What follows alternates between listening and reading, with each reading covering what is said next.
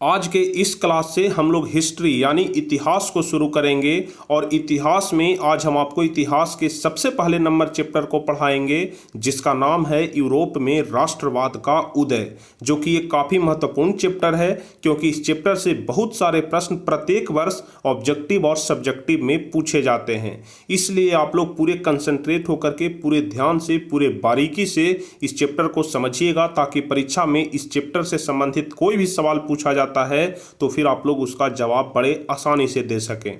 तो चलिए हम लोग शुरू करेंगे इस चैप्टर को और इस चैप्टर में जितने सारे भी प्रश्न बन सकते हैं सारे प्रश्न का उत्तर हम आपको बहुत ही सिंपल भाषा में, सरल भाषा में बारीकी से समझा करके बताएंगे, क्योंकि बहुत सारे स्टूडेंट ऐसा मानते हैं कि इतिहास थोड़ा हार्ड सब्जेक्ट होता है, इसमें बहुत सारे ईस्वी सन याद करने पड़ते हैं, बहुत सारे नाम याद करने पड़ते हैं जो कि जल्दी याद नहीं होता है और इसलिए वो भाई इतिहास को हार्ड सब्जेक्ट मान लेते हैं। लेकिन जब इतिहास आपको हम पढ़ाएंगे तो फिर आपको इतिहास एक कहानी की तरह, एक किस्से की तरह समझ में आएगा और कभी भी आप लोग इसको नहीं भूलिएगा। तो बस हम आपसे यही रिक्वेस्ट करेंगे कि आप लोग पूरे ध्यान से, पूरे कंसंट्रेट होकर के इस वीडियो को देखिएगा ताकि एक एक बात आपको अच्छे तरीके से समझ में आ जाए। तो चलिए हम लोग शुरू करेंगे इतिहास, लेकिन उसके पहले यदि आप लोग चैनल पर नए हैं तो चैनल को जरूर सब्सक्राइब कर लीजिएगा ताकि आगे के प्रत्येक वीडियो का नोटिफिकेशन आपको मिल सके। तो चलिए हम लोग शुरू कर रहे हैं इतिहास। तो सबसे पहले हम लोग इतिहास के बारे में थोड़ा इंट्रोडक्शन जान लेते हैं, इतिहास के बारे में थोड़ा परिचय जान लेते हैं कि इतिहास क्या होता है, इतिहास का परिभाषा हम लोग कैसे लिखेंगे, इतिहास का पिता किसे कहा जाता है, इन सभी चीज़ों के बारे में हम लोग थोड़ा विस्तार से समझ लेते हैं। तो चलिए, इतिहास जो शब्द है वह दो शब्दों से मिलकर के बना है, पहला इति और दूसरा हास। ठीक है, इतिहास दो शब्दों से मिलकर के बना है, इति और हास। इति कहने का मतलब होता है ऐसा अवश्य ही और हास कहने का मतलब होता है घटना हुआ होगा, यानी कि भूतकाल में यह घटना हर हाल में हुआ होगा जिसका हम लोग अध्ययन कर रहे हैं, और जो घटना भूतकाल में घट चुका है और जिसका हम लोग अध्ययन कर रहे हैं इसी को इतिहास बोला जाता है। और इसको किस प्रकार से हम लोग लिखेंगे कि अतीत का अध्ययन करना ही इतिहास कहलाता है। अतीत मतलब होता है कि जो समय बीत चुका है, यानी कि जो समय बीत चुका है और उसके बारे में यदि हम लोग अध्ययन कर रहे हैं तो उसी को हम लोग इतिहास बोलेंगे। ठीक है, लेकिन यदि परीक्षा में आपसे इतिहास का परिभाषा पूछ दे तो सिर्फ आपको इतना ही नहीं लिखना है, एक लाइन में तो आप लोग नहीं लिख सकते हैं और इतिहास का परिभाषा तो क्या हम लोग लिखेंगे जब परीक्षा में पूछ दिया जाए, तो हम लोग इस प्रकार से लिखेंगे कि तथ्यों और प्रमाणों के आधार पर, ठीक है, तथ्यों और प्रमाणों के आधार पर इतिहासकारों के द्वारा बीती हुई घटना का फिर से उजागर करना ही इतिहास कहलाता है। बीती हुई घटना का फिर से उजागर करना, वो भी तथ्यों और प्रमाणों के आधार पर। ऐसा नहीं है कि कोई भी बात हम बोल रहे हैं और हम बोल दें कि इसको इतिहास मान लो क्योंकि यह घटना पीछे घट चुका है और लोग उसको इतिहास समझ लेंगे, ऐसा बिल्कुल नहीं है। उसका कोई तथ्य होना चाहिए, कोई प्रमाण होना चाहिए। कहने का मतलब कि उसका सबूत होना चाहिए। कोई सबूत दिखा करके यदि हम लोग कोई बात बोल रहे हैं कि लगता है कि हर हाल में भूतकाल में यह घटना घट चुका है और यदि हम लोग उसका सबूत दिखा रहे हैं तो फिर उसको इतिहास माना जाएगा। यदि हमारे पास सबूत नहीं है तो फिर उसको इतिहास नहीं माना जाएगा। इसलिए सबसे पहले ही लिख दिया गया है कि तथ्यों और प्रमाणों के आधार पर, ठीक है, तथ्य भी होना चाहिए, प्रमाण होना चाहिए। तो तथ्यों और प्रमाणों के आधार पर इतिहासकारों के द्वारा बीती हुई घटना का फिर से उजागर करना ही क्या कहलाता है, इतिहास कहलाता है। और ध्यान रखिएगा, इतिहास का पिता हेरोडोटस को कहा जाता है। ठीक है, इतिहास का पिता हेरोडोटस को कहा जाता है जो कि यूनान देश के निवासी थे। इतिहास के पिता कहाँ के निवासी थे, तो यूनान देश के निवासी थे। आप लोग ध्यान रखिएगा, इन्होंने संपूर्ण विश्व के इतिहास के बारे में जानकारी को प्रस्तुत किया, यानी कि जिन्हें इतिहास का पिता माना जाता है, यानी कि हेरोडोटस ने संपूर्ण विश्व के इतिहास के बारे में जानकारी दिया। जबकि जम्मू कश्मीर में इतिहास के बारे में कलहन की प्रसिद्ध रचना राजतरंगिणी से मिलती है, यानी कि जम्मू कश्मीर के इतिहास के बारे में जो जानकारी मिलती है वह कलहन की प्रसिद्ध रचना से मिलती है, यानी कि राजतरंगिणी से मिलती है। कभी कभी ऑब्जेक्टिव क्वेश्चन में पूछ दिया जाता है कि राजतरंगिणी जो है वह किन की रचना है, तो इसका जवाब होगा कि कलहन की रचना है। काफी महत्वपूर्ण ऑब्जेक्टिव क्वेश्चन बनता है, आप लोग ध्यान रखिएगा। चलिए, तो इतिहास कहने का मतलब आप लोग समझ लिए, इतिहास का परिभाषा बता दिए, इतिहास का पिता कौन है इनके बारे में बता दिए। लेकिन डॉक्टर एस कृष्णन के अनुसार इतिहास का एक दूसरा परिभाषा भी है, यानी कि डॉक्टर एस कृष्णन जो हैं वह इतिहास का एक दूसरा परिभाषा दिए हैं। उनके अनुसार इतिहास अतीत और वर्तमान के बीच निरंतर चलता रहने वाला एक विषय है।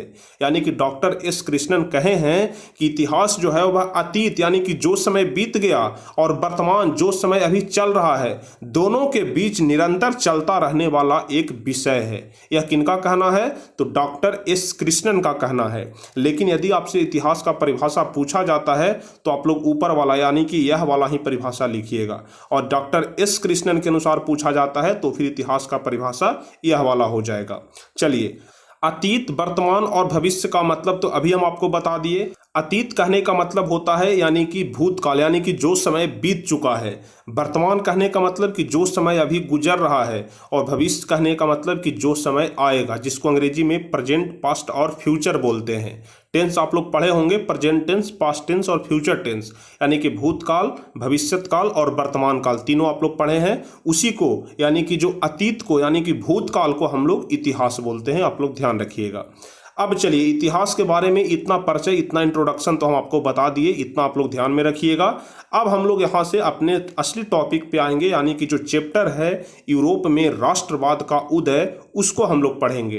तो यूरोप में राष्ट्रवाद का उदय, कि यूरोप में राष्ट्रवाद का उदय कैसे हुआ, इसी के बारे में हम लोग इस चैप्टर में पढ़ेंगे।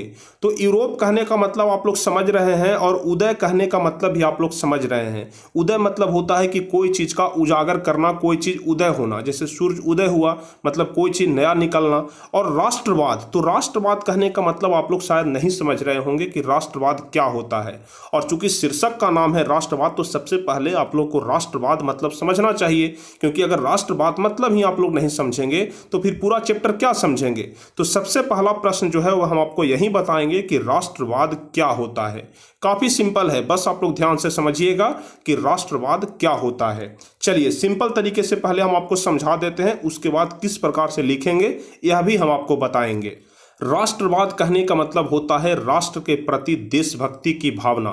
जैसे मान लिया जाए कि हम लोग भारत देश में रहते हैं, तो भारत के प्रति हमारा लगाव है, भारत के प्रति हमारा भक्ति है, जिसको हम लोग देशभक्ति बोलते हैं। तो यहाँ पर देशभक्ति का दूसरा नाम ही राष्ट्रवाद है।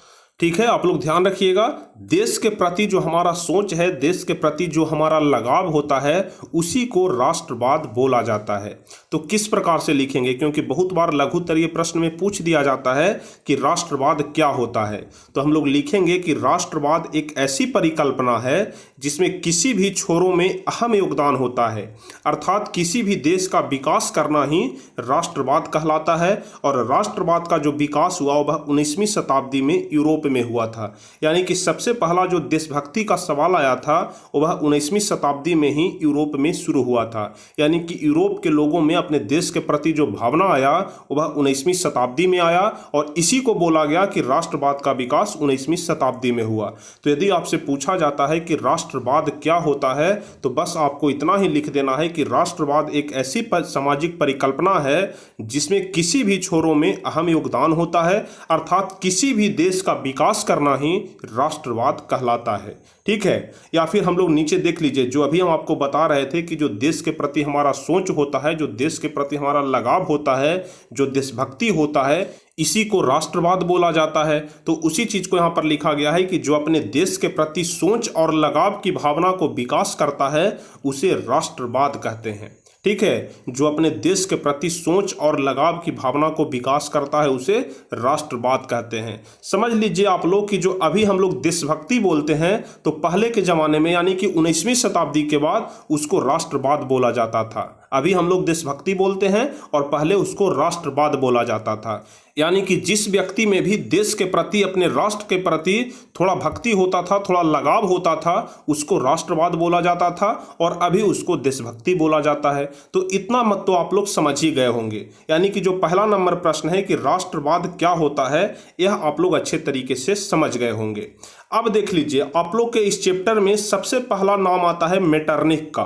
ठीक है, मेटरनिख का आप लोग अपने किताब में देख लीजिएगा, सबसे पहला नाम जो आता है वह मेटरनिख का ही आता है, जो कि काफ़ी महत्वपूर्ण नाम भी है क्योंकि इस नाम का बहुत समय चर्चा होता है परीक्षा में। कहने का मतलब कि मेटरनिख से संबंधित बहुत सारे प्रश्न परीक्षा में पूछे जाते हैं, जैसे मेटरनिख कौन था, मेटरनिख का क्या योगदान था, मेटरनिख काल क्या होता है, इस प्रकार से मेटरनिख से संबंधित बहुत सारे प्रश्न पूछे जाते हैं।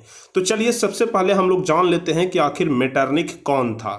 मेटरनिख आप लोग ध्यान रखिएगा, ऑस्ट्रिया का एक चांसलर था। कौन था? ऑस्ट्रिया का। जिस प्रकार से भारत एक देश है उसी प्रकार से पहले ऑस्ट्रिया भी एक राष्ट्र था, यानी कि एक देश था। ऑस्ट्रेलिया आप लोग मत समझ लीजिएगा, यहाँ पर ऑस्ट्रिया हम बोल रहे हैं। कुछ लोग यह समझ लेंगे कि सर से मिस्टेक हो रहा है, ऑस्ट्रेलिया होगा, तो ऑस्ट्रेलिया नहीं होगा, ऑस्ट्रिया हम बोल रहे हैं। ठीक है, आप लोग ध्यान रखिएगा। तो जो मेटरनिख था वह ऑस्ट्रिया का एक चांसलर था।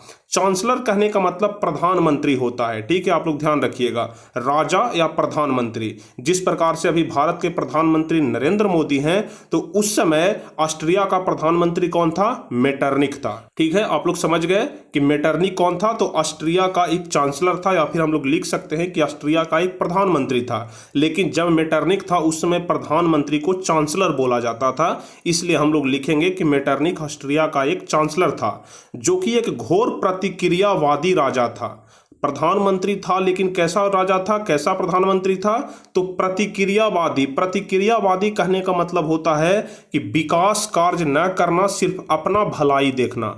ठीक है, अगर जनता मर रहा है तो उसको मरने दो, जनता भूखा तड़प रहा है तो उसको तड़पने दो। अगर कोई देश में, कोई राष्ट्र में कोई काम हो रहा है, जैसे अगर मान लिया जाए कि भारत का प्रधानमंत्री नरेंद्र मोदी है और जनता यहाँ भूखे मर रहा है, उसको कह दें कि मरने दो, यहाँ पर कोई विकास का कार्य नहीं हो रहा है, सिर्फ वह अपने विकास के बारे में सोच रहे हैं कि हमारा विकास कैसे हो, देश का विकास हो या नहीं हो उससे कोई मतलब नहीं है, जनता का विकास हो नहीं हो उससे कोई मतलब नहीं है, बस अपना विकास होना चाहिए। तो वैसे प्रधानमंत्री को, वैसे राजा को प्रतिक्रियावादी राजा बोला जाता है। ठीक है, प्रतिक्रियावादी।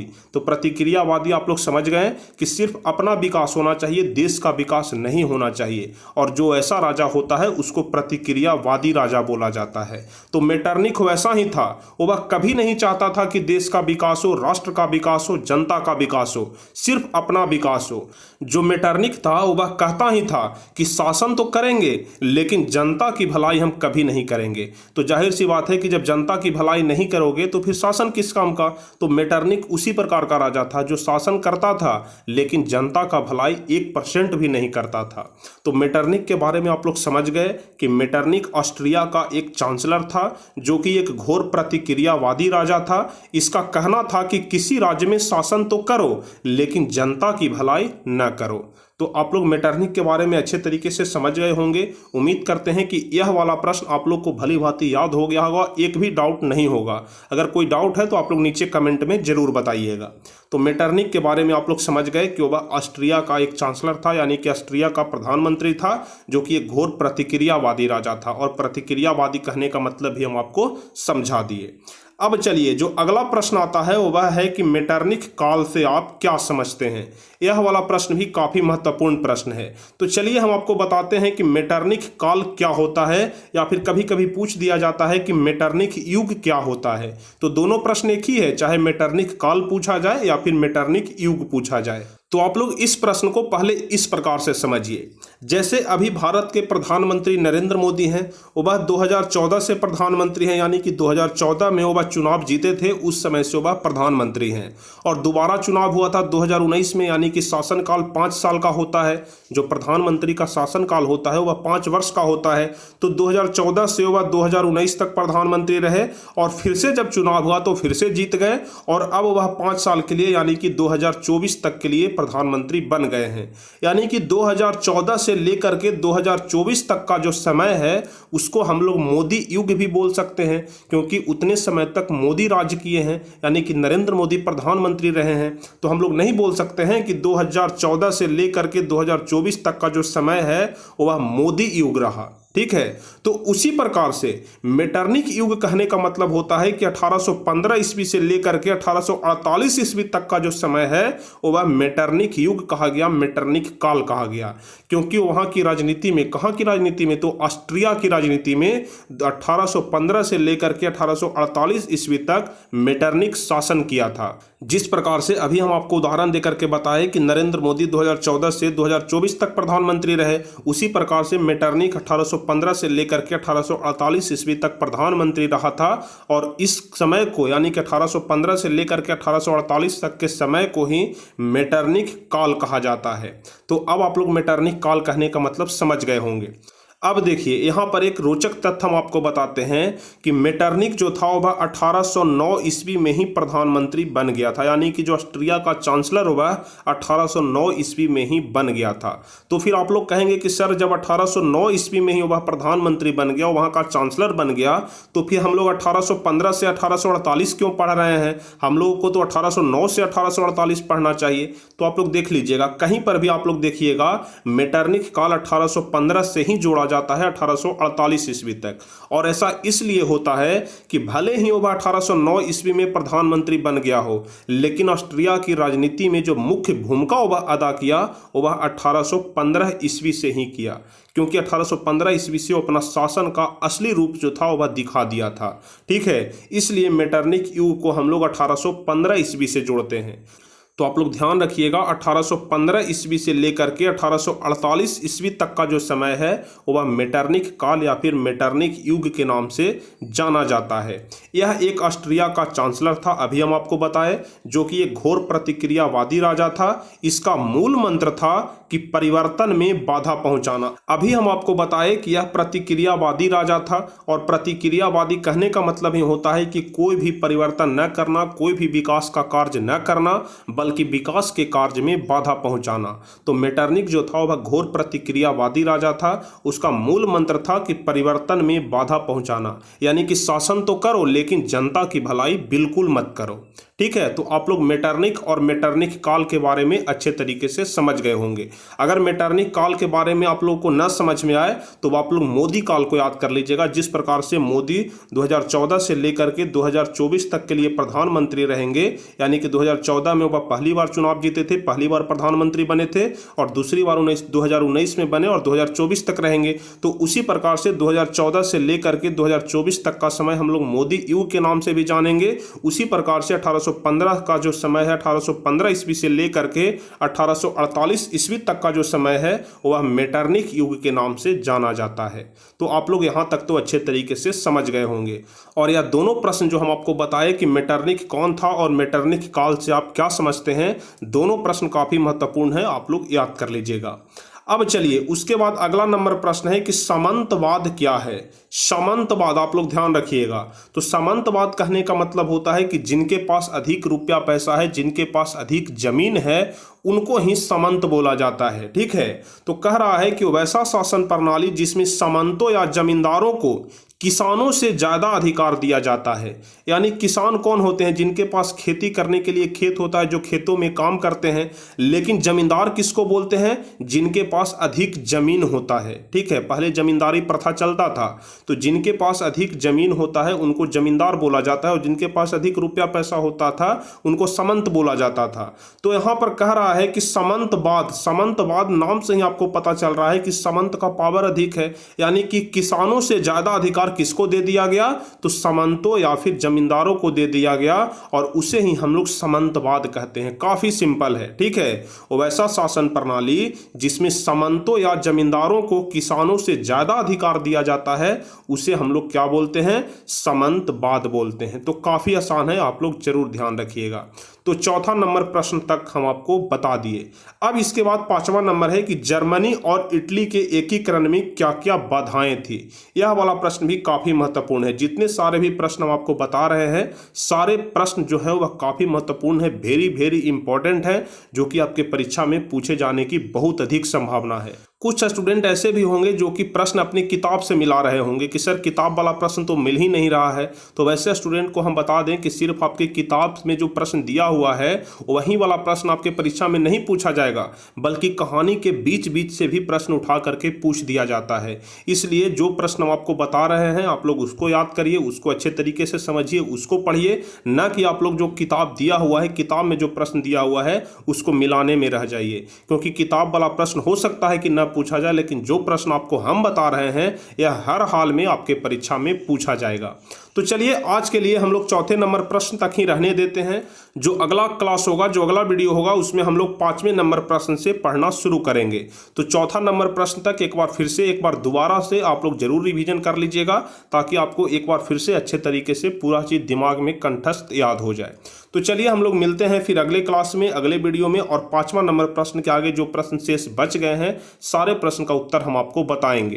तो चलिए आज का यह वीडियो आपको कैसा लगा, कितना समझ में आया, और यदि आप लोग को पूरा बात अच्छे तरीके से समझ में आ गया होगा तो आप लोग वीडियो को लाइक जरूर करिएगा, अपने दोस्तों के बीच शेयर भी करिएगा, और जो भी स्टूडेंट इस चैनल पर नए हैं, चैनल को अभी तक सब्सक्राइब नहीं किए हैं तो चैनल को जरूर सब्सक्राइब कर लीजिएगा, ताकि आगे के प्रत्येक वीडियो का नोटिफिकेशन आपको मिल सके। तो चलिए फिर मिलते हैं हम आपसे अगले वीडियो में, तब तक के लिए जय हिंद, धन्यवाद।